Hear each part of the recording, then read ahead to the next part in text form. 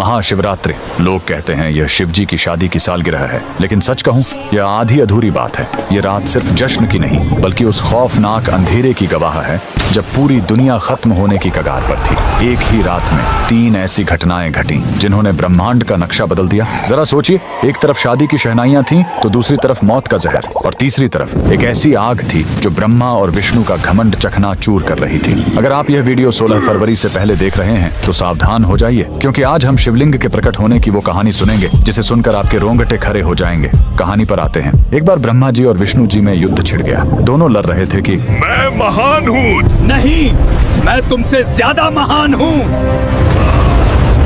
उनका यह घमंड जब दुनिया का संतुलन बिगाड़ने लगा, तब अचानक उनके बीच एक विशाल अनंत अग्नि स्तंभ प्रकट हुआ। वह आग का एक ऐसा खंभा था जिसका न कोई शुरुआत था न अंत। उस स्तंभ से एक भारी आवाज आई, जो मेरे आखिरी सिरे को खोज लेगा वही महान होगा।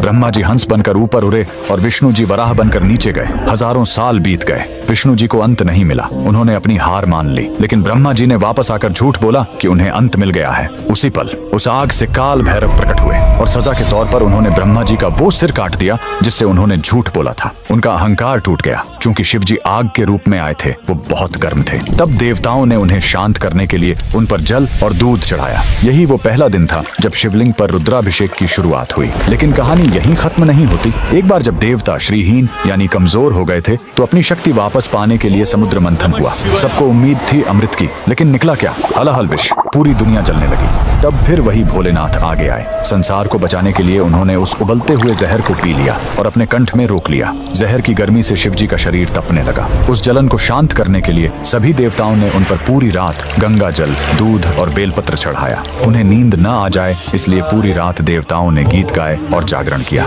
यही वजह है कि महाशिवरात्रि पर हम पूरी रात जागते हैं। लेकिन रुको, यह रात इतनी डरावनी भी नहीं है। इसी रात प्रेम की जीत भी हुई थी। जब माता सती ने अपने प्राण त्यागे थे तो शिवजी पूरी तरह टूट गए थे। वो वैरागी बन गए, दुनिया छोड़कर समाधि में चले गए। तब माता सती ने पार्वती के रूप में जन्म लिया। उन्होंने हजारों साल तक कठोर तपस्या की, सिर्फ अपने शिव को वापस पाने के लिए। आखिरकार भोलेनाथ पिघले। इसी महाशिवरात्रि की रात वो वैरागी फिर से दूल्हा बना और शिव शक्ति का मिलन हुआ। तो इस 16 फरवरी जब आप शिवलिंग पर लौटा भर जल चढ़ाएं, तो याद रखिएगा, आप उस आग को शांत कर रहे हैं और उस जहर के दर्द को कम कर रहे हैं। कमेंट में लिखें हर हर महादेव